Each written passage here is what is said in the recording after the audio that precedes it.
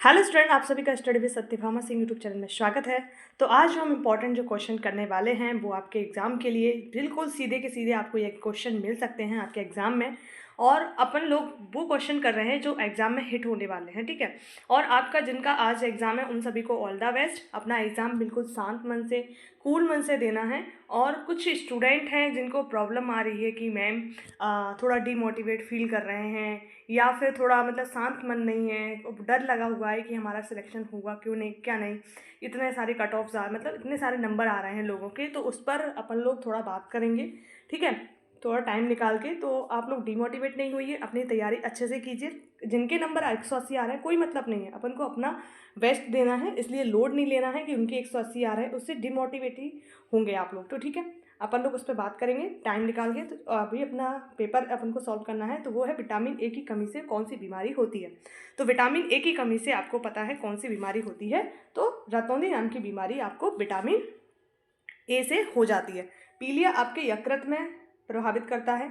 Malaria आपकी जो प्लीहा है उसको प्रभावित करता है। पोलियो आपका जो नर्वस सिस्टम है उसको प्रभावित करता है, क्योंकि एक हिस्सा हमारा पोलियो के कारण रह जाता है, ठीक है। और विटामिन ए की कमी से आपकी आंखों की रोशनी है वो चली जाती है। तो विटामिन ए की मात्रा पर्याप्त मात्रा में खानी चाहिए, ठीक है। नेक्स्ट है विटामिन शरीर में प्रोटीन का मुख्य कार्य क्या है। जो शरीर में प्रोटीन होती है सबसे ज़्यादा क्या कार्य करती है, बताइए। प्रोटीन क्या कार्य करती है शरीर में, तो बताइए जल्दी से कि क्या कार्य करती है। एक यूनिट प्रोटीन में कितना, 4 पॉइंट प्रोटीन स्थित होती है, ठीक है। कि एक अपन को अगर 1 ग्राम प्रोटीन खाएंगे उससे 4 कैलोरी आपको ऊर्जा प्राप्त होगी, ठीक है। तो शरीर में प्रोटीन का मुख्य कार्य क्या है, तो इसका आंसर क्या होगा, ऊर्जा प्रदान करना, हड्डियों का निर्माण करना, शरीर की रक्षा करना, या कोशिकाओं का निर्माण और मरम्मत करना। तो ये ऑप्शन 4 हो जाएगा, ठीक है, कोशिकाओं का निर्माण और मरम्मत करने का। और आप देख लीजिए, प्रोटीन शरीर में निर्माण पक्ष होता है और यह कोशिका ऊतकों और अंगों का निर्माण और मरम्मत करने का कार्य करता है। यह शरीर में आवश्यक एंजाइम और हार्मोन का निर्माण भी करता है। ये पूछा जा सकता है आवश्यक एंजाइम और हार्मोन का निर्माण कौन करता है, तो आपका प्रोटीन करता है। नेक्स्ट क्वेश्चन है, कौन सा पोषक तत्व शरीर में ऊर्जा का मुख्य स्रोत होता है। कौन सा पोषक तत्व शरीर में ऊर्जा का मुख्य स्रोत होता है, तो बताइए कौन सा पोषक तत्व होता है वो शरीर में ऊर्जा का मुख्य स्रोत होता है। प्रोटीन, कार्बोहाइड्रेट, वसा या विटामिन, क्या होता है मुख्य स्रोत जो शरीर में होता है, तो इसका आंसर कार्बोहाइड्रेट। और कार्बोहाइड्रेट के बारे में कुछ देखते हैं। शरीर के लिए ऊर्जा का मुख्य स्रोत होता है, यह ग्लूकोज के रूप में परिवर्तित हो जाता है और शरीर की ऊर्जा आवश्यकता को पूरा करता है। शर्करा और स्टार्च कार्बोहाइड्रेट के प्रमुख सोर्स होते हैं। कौन सा, शर्करा और स्टार्च, ठीक है। कौन सा विटामिन हड्डियों के स्वास्थ्य के लिए महत्वपूर्ण होता है, तो बताइए कौन सा विटामिन है हड्डियों के स्वास्थ्य के लिए महत्वपूर्ण होता है। तो आप सभी को पता है विटामिन सी है, विटामिन B12 है, विटामिन डी है, विटामिन ए। कौन सा हो सकता है, तो विटामिन डी। इसमें कैल्सीफेरॉल नाम का जो विटामिन है और इसका रासायनिक नाम है, इससे क्या हो जाता है, रिकेट्स और ऑस्टियोपोरोसिस नाम की 2 बीमारियां हो जाती हैं इसकी कमी से, ठीक है। हड्डियां टेढ़ी मेढ़ी हो जाती हैं। तो ये क्या करता है, हड्डियों का जो सेहत है उसके लिए कार्य करता है, कैल्शियम अवशोषित करता है, मदद करता है, हड्डी और दांतों को मजबूत बनाता है। यह विटामिन सूर्य की रोशनी से प्राप्त होता है और कुछ आहार जैसे मछली, अंडे और फोर्टिफाइड खाद्य पदार्थों में पाया जाता है, ठीक है। तो ध्यान रखना है, एडिशनल इन्फॉर्मेशन है जो आपके एग्जाम के लिए इंपॉर्टेंट हो सकती है। नेक्स्ट क्या है, बच्चों को किस विटामिन की अधिक आवश्यकता होती है ताकि उनकी हड्डियां मजबूत रहें, तो बच्चों के लिए जो आवश्यक होती है विटामिन डी। तो किसी भी तरह से पूछा जा सकता है आपका पेपर घुमा के, और तो वो घुमा के पूछा जाएगा तो उसे इसी तरह के प्रश्न पूछे जाएंगे, ठीक है। तो विटामिन डी के बारे में अपन ने ऊपर देख लिया था, हड्डियों के लिए इंपॉर्टेंट होती है, दांतों के लिए इंपॉर्टेंट होती है, ठीक है। नेक्स्ट है, आयरन की कमी से क्या समस्या हो सकती है, तो आयरन की समस्या आपके शरीर में हो जाती है तो आपको कौन सी समस्या देखने को मिलती है। आयरन एनीमिया हो सकता है, उच्च रक्तचाप हो सकता है, या किडनी रोग हो सकता है, हड्डी की विकृति हो सकती है। तो इसका आंसर एनीमिया। आयरन की कमी यानी हीमोग्लोबिन जो होता है उसकी कमी से क्या हो जाता है आप में, आयरन की कमी से एनीमिया हो जाता है, ठीक है। और लगभग भारत की 53% महिलाओं में एनीमिक कंडीशन पाई गई है, मतलब खून की कमी। आयरन की कमी से एनीमिया हो सकता है। इसमें लाल रक्त कणिकाओं की कमी हो जाती है, इससे शरीर में ऑक्सीजन की आपूर्ति प्रभावित होती है और व्यक्ति थका हुआ महसूस करता है। आयरन से भरपूर आहार जैसे कि हरी सब्जियां, पत्तेदार सब्जियां, दालें, मांसाहारी पदार्थ आयरन की कमी को दूर करता है। तो इसके सोर्स भी हो गए आयरन के, और अपन ने क्या डाल दिया कि इसकी कमी से क्या हो रहा है, ठीक है। तो ये आपके एग्जाम के लिए इंपॉर्टेंट हो सकता है। नेक्स्ट है, वसा का मुख्य कार्य क्या है। जो वसा होता है उसका मुख्य कार्य क्या है, आप देखिए ऑप्शन में, शरीर को गर्म रखना, अंगों को संरक्षित करना, या हड्डी को निर्माण करना, या ऊर्जा प्रदान करना। अब बताइए आप लोग कि इसका कार्य क्या है वसा का। तो ये क्या करता है, अंगों का संरक्षित करता है। ठीक है, वसा अंगों को क्या करता है, संरक्षित, क्योंकि हमारे शरीर में वसा की कोटिंग होती है, वो क्या करती है, संरक्षण का कार्य करती है। ठीक है, वसा शरीर में अंगों को सुरक्षा प्रदान करता है, शरीर के अंदर संरचनाओं को चोट से बचाती है। इसके अलावा वसा शरीर में ऊर्जा का भी एक महत्वपूर्ण सोर्स होता है। विटामिन ए, डी, ई और के अवशोषण में मदद करता है। ध्यान रखना है, वसा किसके अवशोषण में मदद करता है, ए, आपका डी, ई और के, क्योंकि ये वसा में घुलनशील विटामिन है। ठीक है, ध्यान रखना है। नेक्स्ट क्वेश्चन क्या है आपका, कौन सा सिद्धांत नेतृत्व में प्रभावी कार्यों के लिए स्पष्ट दिशा निर्देश और संरचना प्रदान करने का सुझाव देता है। तो कौन सा सिद्धांत, क्योंकि अब सिद्धांतों से क्वेश्चन आने लगे हैं, तो कौन सा है, ऑप्शन 3, कंटीजेंसी थ्योरी। ठीक है, तो ये थ्योरी आपकी क्या कहती है, नेतृत्व कंटीजेंसी थ्योरी के अनुसार नेतृत्व का प्रभाव उस स्थिति पर निर्भर करता है जिसमें नेतृत्व किया जा रहा है। यह नेतृत्व सिद्धांत बताता है कि कोई एक नेतृत्व शैली हमेशा प्रभावी नहीं होती, बल्कि यह उस कार्य टीप और पर्यावरण के आधार पर, मतलब वहाँ की जो पर्यावरणीय दशा है वहाँ बदलती है, मतलब जैसा उसका पर्यावरण होगा, वहाँ का एटमॉस्फेयर होगा, उसके अनुसार है वो आपके नेतृत्व शैली बदलती रहती है। स्पष्ट दिशा निर्देश और संरचना प्रदान करने का सुझाव देती है, खासकर जब स्थिति की आवश्यकता होती है। तो थोड़ा हमने उसका जान लिया कंटीजेंसी थ्योरी क्या कहती है। ठीक है, नेक्स्ट है ट्रांसफॉर्मेशन लीडरशिप सिद्धांत का मुख्य उद्देश्य क्या है। जो ट्रांसफॉर्मेशन लीडरशिप सिद्धांत है उसका मुख्य उद्देश्य क्या है, बताइए आप लोग। नेता अनुयायियों के बीच में एक तरफा संबंध, कर्मचारियों में प्रेरणा प्रेरक बदलाव लाना, अनुशासन बनाए रखना, या केवल कार्यों को प्रबंधन करना। क्या हो सकता है आपके अकॉर्डिंग, तो ये है ऑप्शन बी, कर्मचारियों की प्रेरणा और प्रेरक बदलाव लाना। अब ट्रांसफॉर्मिंग लीडरशिप थ्योरी के बारे में थोड़ा जानिए। ये लीडरशिप सिद्धांत उद्देश्य में अनुयायियों को प्रेरित करता है, जो भी अनुयायी होते हैं उसके जो फॉलोवर्स होते हैं उनको प्रेरित करता है, और उन्हें उच्च स्तर की प्रेरणा देना और उनके अंदर सकारात्मक बदलाव, मतलब उच्च स्तर की प्रेरणा देना यानी उन्हें एनर्जेटिक बनाना है। जो लोग उनके अनुयायी हैं, सकारात्मक बदलाव उनको देता है। यह नेता और अनुयायियों के बीच में प्रेरणादायक मजबूत संबंध बनाता है। उनमें क्या होता है, प्रेरणादायक, क्योंकि नेतृत्व का कार्य क्या होता है, लोगों में प्रेरणा देना, कार्य को करने के लिए आगे बढ़ने का कार्य करना। ठीक है, संगठनात्मक उद्देश्य का अधिक प्रभावी रूप होता है। नेक्स्ट है, कौन सा सिद्धांत यह मानता है कि एक नेता की सफलता पारिस्थितिकी पर निर्भर करती है, यह कार्य टीम की स्थिति और पर्यावरणीय कारक है। तो अभी अपन ने जो ऊपर पढ़ा था, तो ऑप्शन ए कंटीजेंसी थ्योरी है। ठीक है, जो ऊपर अपन ने देख ली थी। नेक्स्ट है, ग्रेटमैन थ्योरी के अनुसार एक प्रभावी नेता बनने के लिए किसी व्यक्ति को क्या विशेषता होना चाहिए, मतलब कोई व्यक्ति है उसमें प्रभावी नेता बनना है तो जन्मजात गुण होता है। ठीक है, क्या होता है, विशेषता होनी चाहिए, जन्मजात नेतृत्व का गुण। जन्मजात यानी जन्म से ही उसके अंदर कुछ ऐसे नेता के हमने गुण बोले हैं कि एक गुण पड़े हैं, तो उसमें एक जन्मजात गुण भी है, जिसके माध्यम से नेता क्या कर सकता है, क्या करता है कि जन्मजात गुणों के आधार पर वो अच्छा नेतृत्व भी करता है। क्योंकि उसकी फैमिली में अगर कोई नेतृत्व शैली में है, नेता का बेटा नेता, तो ऐसे कुछ मतलब जन्मजात गुण होते हैं, वो अच्छा नेतृत्व करने के लिए लाभदायक होते हैं। नेक्स्ट, ट्रांस एक्शन लीडरशिप सिद्धांत के तहत नेता और अनुयायियों के बीच संबंध है। जो ट्रांस एक्शनल जो सिद्धांत है लीडरशिप का, उसके अंदर नेता और अनुयायियों के बीच कैसा संबंध होता है, अधिकार और पुरस्कार का। ठीक है, अधिकार और पुरस्कार पर आधारित होता है, ध्यान रखना है। ठीक है,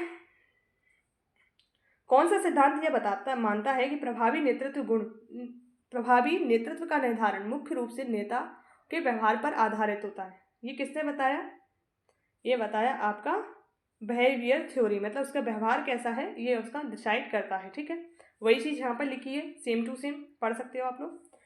नेक्स्ट क्या है, हाउस की पाथ गोआन थ्योरी ने नेता मुख्य कार्य करता है, क्या करता है, नेता का मुख्य कार्य कौन सा करता है, बताइए। कर्मचारियों को मार्गदर्शन में मदद करता है, कर्मचारियों को सहायता प्रदान करता है, कर्मचारियों के लिए पुरस्कार का वितरण करता है, या फिर कर्मचारियों की प्रेरणा को प्रभावित करता है। क्या करता है, ऑप्शन नंबर 4, कर्मचारियों को प्रभावित करता है।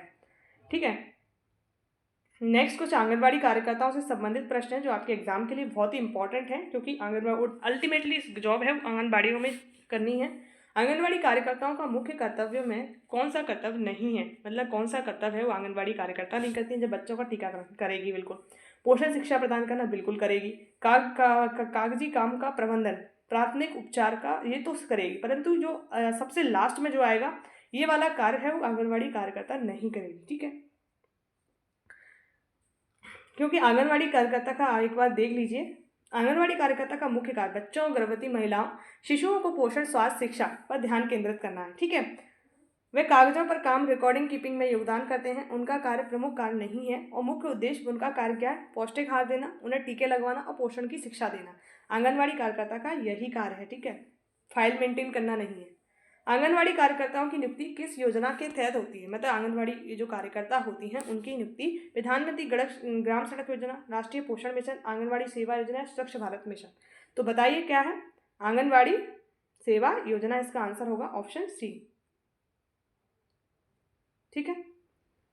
आंगनवाड़ी कार्यकर्ता की प्राथमिक जिम्मेदारी क्या होती है? आंगनवाड़ी जो कार्यकर्ता होती है उसकी प्राथमिक जिम्मेदारी क्या? स्वास्थ्य सेवाओं का वितरण करना, बच्चों को विद्यालय भेजना, माता और बच्चों के पोषण के बारे में शिक्षा देना, गांव की प्रशासनिक कार्य करना। तो आंगनवाड़ी कार्यकर्ता सभी के बचपन से उन्हें देखा है तो वो क्या करती है? माता और बच्चों के पोषण के बारे में जानकारी देती हैं।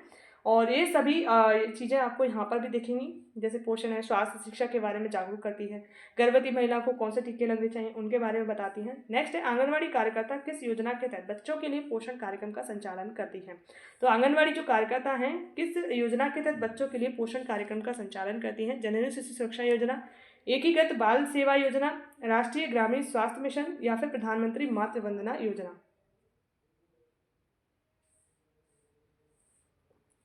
ऑप्शन 2। आंगनवाड़ी कार्यकर्ता का मुख्य उद्देश्य क्या है? बताइए। बच्चों और माताओं के स्वास्थ्य सेवा प्रदान करना आंगनवाड़ी कार्यकर्ता का मुख्य उद्देश्य है। आंगनवाड़ी कार्यकर्ता किस प्रकार की सेवा प्रदान करती है? प्राथमिक स्वास्थ्य सेवा, शैक्षणिक सेवाएं, पोषण सेवाएं या फिर उपयुक्त सभी? तो सभी सेवाएं आंगनवाड़ी कार्यकर्ता देती है, ठीक है। ये सभी कार्य कौन करता है? आंगनवाड़ी कार्यकर्ता करती हैं। आपको यहाँ पर भी दिख रहा होगा। आंगनवाड़ी कार्यकर्ता के दौरान पालन किए जाने वाले दस्तावेजों में से कौन सा एक क्या है? मतलब जन्म प्रमाण पत्र, पोषण निगरानी रजिस्टर, राशन कार्ड, आधार कार्ड। तो वो क्या करती है? पोषण निगरानी पर रजिस्टर उनके पास होता है कि किस बच्चे को कितना न्यूट्रिशन की जरूरत है। उन महिला क्या करती है? उसमें बच्चे का वेट, वृद्धि, उसके पोषण संबंधी आंकड़े उसमें लिखती हैं और उनको कब क्या टीके लगेंगे उसके बारे में जानकारी उनके रजिस्टर में रहती है। नेक्स्ट है आंगनवाड़ी कार्यकर्ता को किस प्रकार का प्रशिक्षण दिया जाता है? चिकित्सीय प्रशिक्षण, पोषण और स्वास्थ्य का और प्रशासनिक कार्यों का प्रशिक्षण या उपयुक्त सभी? तो ये आपका दिया जाता है पोषण और स्वास्थ्य का प्रशिक्षण है वो दिया जाता है, ठीक है। नेक्स्ट क्वेश्चन क्या है? शारीरिक विकास के संदर्भ में बच्चों का पहला मोटर कौशल क्या है? तो पहला क्या है? सिर का उठाना। सबसे पहले अपना सिर उठाता है बच्चा, ठीक है। शारीरिक प्रक्रिया में बच्चों का पहला मोटर कौशल सिर को उठाना होता है। वह कौशल 1 से 2 महीने में बच्चा क्या है? सीख जाता है। गर्दन की मांसपेशियां मजबूत करने में सक्षम होता है। इसके बाद धीरे धीरे अन्य शारीरिक गतिविधियां जैसे पलटना, बैठना भी वो सीख जाता है। मानसिक विकास में सबसे महत्वपूर्ण चरण कौन सा होता है? जो मानसिक विकास होता है उसमें सबसे महत्वपूर्ण चरण आपका कौन सा होता है? किस एज ग्रुप का होता है? जन्म से 2 वर्ष तक, 3 से 7 वर्ष तक या फिर 7 से 12 वर्ष तक, 12 से 18 वर्ष तक? क्या हो सकता है इसका आंसर? जन्म से 2 वर्ष तक, ठीक है। मानसिक विकास यहीं पर आपका संपूर्ण हो जाता है। 3 वर्ष की आयु में आपका बिल्कुल डेवलप हो जाता है। मानसिक विकास का सबसे महत्वपूर्ण चरण 1 से 2 वर्ष की आयु का जन्म तक होता है। जन्म से 2 वर्ष तक की आयु तक होता है। इस दौरान आपका जो बच्चा है मस्तिष्क में तीव्र गति विकसित कर लेता है और वो पहली भाषा, संज्ञानात्मक कौशल जैसे सोचने, समझने और पहचानने की क्षमता को विकसित करता है, ठीक है। ध्यान रखना है, पहचानने की क्षमता आ जाती है, मानसिक क्षमता आ जाती है, कौशल की आ जाती है। ये संज्ञानात्मक विकास का प्रारंभिक चरण है, ठीक है। ध्यान रखना है, आपने पढ़ा होगा ये किसका ने दिया था? संज्ञानात्मक चरण। आप लोगों को पढ़ा होगा तो आप लोगों को पता होगा पियाजे का सिद्धांत है, ठीक है। नेक्स्ट है सामाजिक विकास में अलगाव का क्या मतलब है? तो अलगाव का क्या मतलब? सेपरेशन का क्या मतलब? बच्चे अपने माता पिता से शारीरिक रूप से दूर रहते हैं, बच्चे अपने समूह से भावनात्मक रूप से दूर होते हैं, बच्चे का आत्मनिर्भर होना, बच्चे अपनी माँ की खाना अलग करना। तो ये है बच्चे अपने समूह से भावनात्मक रूप से दूर रहते हैं, ठीक है, ये अलगाव होता है। बच्चों में भावनात्मक विकास का कौन सी अवस्था महत्वपूर्ण है? शैशवावस्था, बाल्यावस्था या फिर किशोरावस्था या प्रौढ़ावस्था? तो भावनात्मक विकास की जो शैशवावस्था है वो महत्वपूर्ण है। इस समय से वो भावनाओं को समझते हैं, भाषा को कम समझते हैं, ठीक है। एक जन्म से 2 वर्ष की अवस्था होती है। भावनात्मक विकास अत्यधिक महत्वपूर्ण होता है क्योंकि इस समय दौरान बच्चे माता पिता या देखभाल में रहते हैं, सुरक्षा, प्रेम, विश्वास का अनुभव करते हैं और यह विश्वास बच्चों के भावनात्मक स्वास्थ्य के सामाजिक संबंधों के लिए आधार प्रदान करता है। संज्ञानात्मक विकास का सिद्धांत किसने दिया था? मैंने अभी आपको बताया था, पियाजे ने दिया था, ठीक है। थोड़ा देख लीजिए सिद्धांत क्या कहता है। संज्ञानात्मक सिद्धांत का प्रस्तुत किया उन्होंने यह सिद्धांत प्रक्षित किया कि बच्चों में मानसिक विकास 4 प्रमुख चरणों से होते हैं: संवेदी मोटर, पूर्व संचरण, ठोस संचरण और औपचारिक संचरण। ध्यान रखना है 4 प्रमुख चरण कौन से बना है, समुद्री मोटर है, पूर्व संचरण है, ठोस संचरण है और औपचारिक संचरण। उनका मानना था कि बच्चे दुनिया को अपने अनुभवों और पर्यावरण के माध्यम से समझते हैं, धीरे धीरे ज्ञान और सोचने की क्षमता को विकसित करते हैं। ये 4 चरण काफ़ी ज़्यादा इंपॉर्टेंट है। यहाँ पर यही पूछा जाएगा कि पियाजे ने संज्ञानात्मक विकास के लिए कितने चरणों में बांटा, तो 4 चरण में संवेदी मोटर, पूर्व संचरण और ठोस संचरण और औपचारिक संचरण। कौन सा सिद्धांत बच्चों और उनका मानसिक विकास को समाज की संस्कृति से संबंधित मानता है, पियाजे का सिद्धांत, ब्योत्सी का सांस्कृतिक सामाजिक विकास का सिद्धांत, फ्रॉड का मनोविश्लेषणात्मक सिद्धांत, हार्ट और सीसली का सिद्धांत। तो ये ब्योत्सी का सांस्कृतिक सामाजिक सिद्धांत है। ठीक है, ये वाला सिद्धांत क्या कहता है, बच्चों का मानसिक विकास सामाजिक विकास और सांस्कृतिक के प्रभाव से आकार लेता है, मतलब जो संस्कृति है उसी के प्रभाव में वो आकार लेता है। उसका मानना था कि बच्चे अपने आसपास के सामाजिक वातावरण से, विशेष रूप से अपने परिवार समुदाय से सीखते हैं। प्रक्रिया मानसिक विकास को प्रभावित करती है। ठीक है, बट एक बच्चे को आत्मनिर्भरता कब मिलती है, मतलब बच्चा कब आत्मनिर्भर बन जाता है, तो 1 से 2 वर्ष में बच्चा चलने फिरने लगता है, तो उसे आत्मनिर्भरता मिल जाती है, इंडिपेंडेंसी मिल जाती है।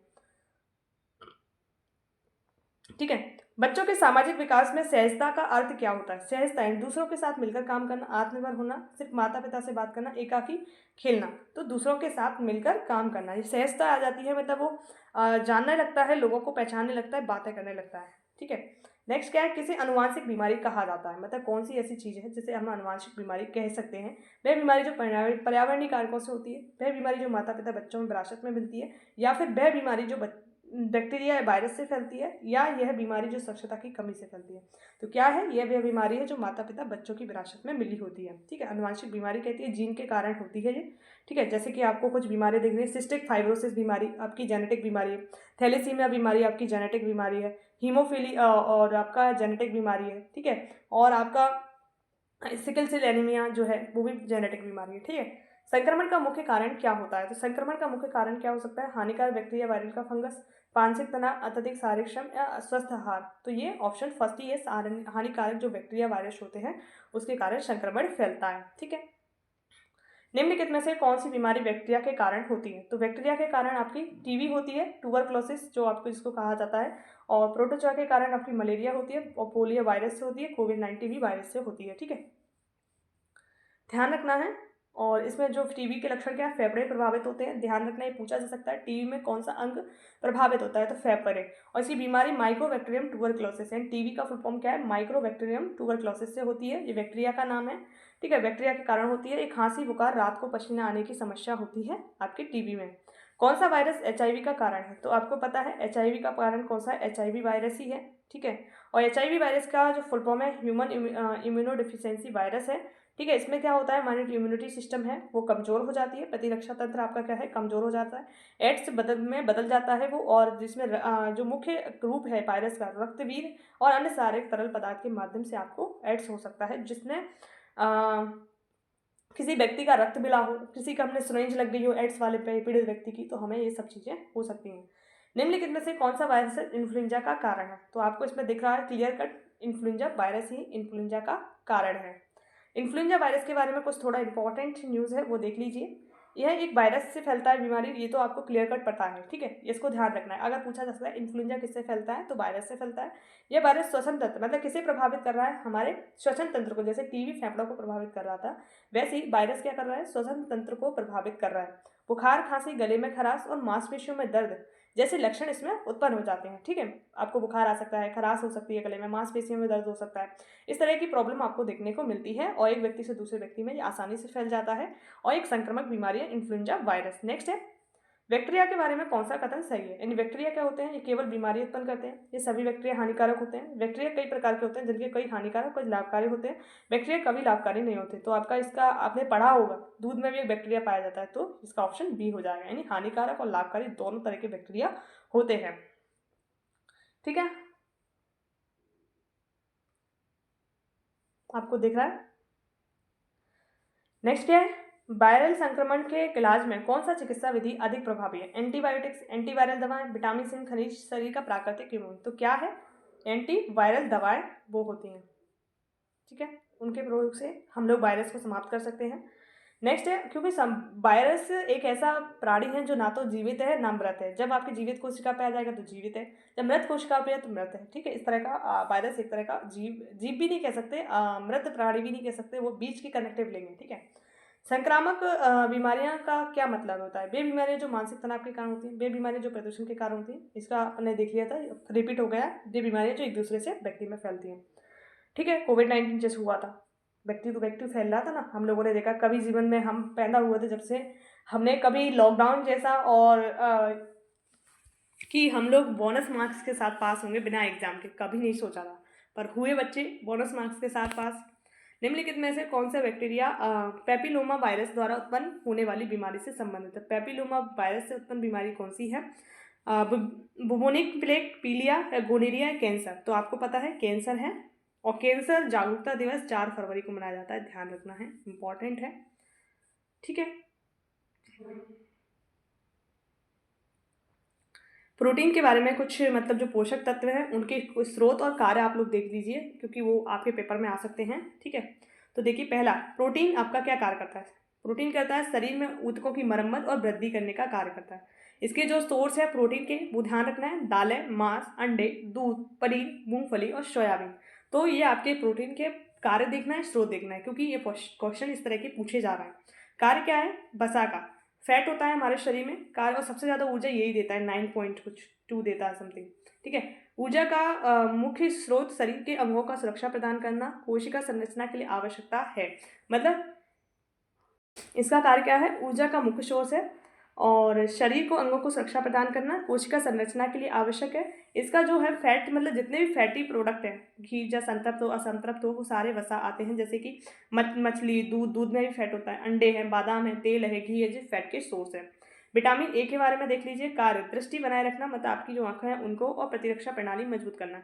ये आया था आपका, अभी बच्चे बता रहे थे कि विटामिन ए से संबंधित क्या आया था, जो अब अपन सबको क्या पता है, विटामिन ए का कार्य क्या होता है? दृष्टि बनाए रखना। परंतु ये कोई देखता ही नहीं है कि इसका काम प्रतिरक्षा तंत्र को मजबूत करना भी है, ठीक है। इसका गाजर, पालक, शिमला मिर्च, अंडा, शकरकंद में प्रयोग होता है। विटामिन सी, इसका नाम एस्कॉर्बिक अम्ल है और स्कर्वी नाम का रोग हो जाता है, ध्यान रखना है। ये क्या कार्य करता है? त्वचा, हड्डी, रक्त वाहिका और मरम्मत करने में मदद करता है, ठीक है। त्वचा में हड्डी है, रक्त वाहिका होती है, उनकी मरम्मत करने में मदद करता है, ध्यान रखना है। विटामिन सी का काम होता है। संतरा, अंगूर, आम, टमाटर, ब्रोकली, शिमला मिर्च, ये क्या है? इसके सोर्स हैं, स्रोत जिसको बोल सकते हैं, ठीक है। कैल्शियम और आपका जो मिर्च है उसमें भी पाया जाता है, हरी मिर्च में भी आपको विटामिन सी होता है, ठीक है। कैल्शियम के बारे में देखिए, कैल्शियम का कार्य क्या है? हड्डी और दांतों को मजबूती प्रदान करना है। और विटामिन डी में कैल्शियम पाया जाता है, कैल्सीफेरॉल उसका नाम ही है, ठीक है। सोर्स क्या है? दूध, दही, पनीर, हरी पत्तेदार सब्जियों में कैल्शियम भी पाया जा रहा है। विटामिन के भी हरी पत्ती वाली सब्जियों में पाई जाती है, इंपॉर्टेंट है। लोहा, आयरन क्या करता है? रक्त में हीमोग्लोबिन के उत्पादन में मदद करता है, जिससे ऑक्सीजन का परिवहन होता है। बहुत ही इंपॉर्टेंट है आयरन तो आपके लिए, ठीक है। ये कहाँ से आपको मिलेगा? क्या आप कंज्यूम करोगे जब आपको मिलेगा? हरी पत्तेदार सब्जियां, मांस, दालें, सूखे मेवे और अनाज, ठीक है।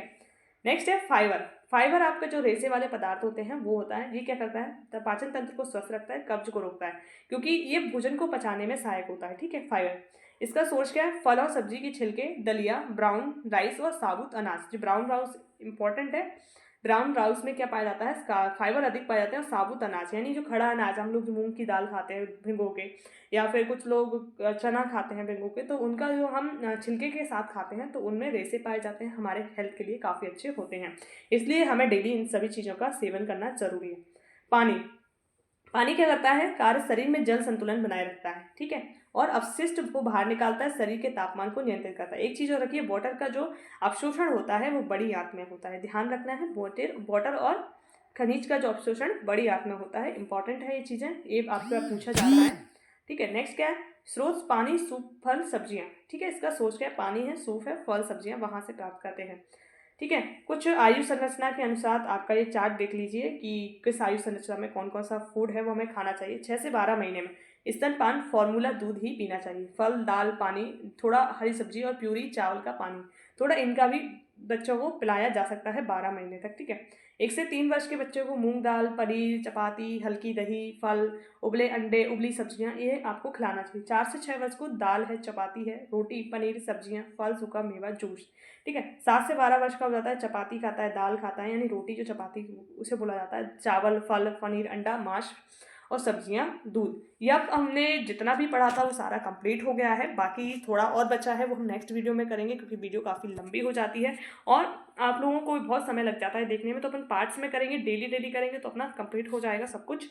और अगर आपको अच्छा लगा हो तो प्लीज़ लाइक शेयर सब्सक्राइब कर दीजिएगा। आपका एंड तक बने रहने के लिए धन्यवाद। और आप अपने एग्ज़ाम को बिल्कुल ऐसे दीजिए शांत मन से, ताकि आप अच्छा स्कोर कर सकें। अगर आप लोड लेके या फिर किस टेंशन लेके एग्ज़ाम दोगे तो आपके आते हुए क्वेश्चन भी गलत हो जाएंगे। तो इसलिए बिल्कुल शांत मन से, कूल माइंड से, बिल्कुल मन को शांत रख के आपको एग्ज़ाम देना है। पानी पी के जाना है ताकि आपको एंजाइटी ना हो, घबराहट ना हो। तो अभी गर्मी का मौसम है, इसलिए पानी पी के एग्ज़ाम में बैठना है, ठीक है। ध्यान रखना है इन सभी चीज़ों का, और अपना एग्ज़ाम को अच्छे से दीजिए। और एंड तक बने रहने के लिए फिर से आप सभी का धन्यवाद। जय हिंद, जय भारत।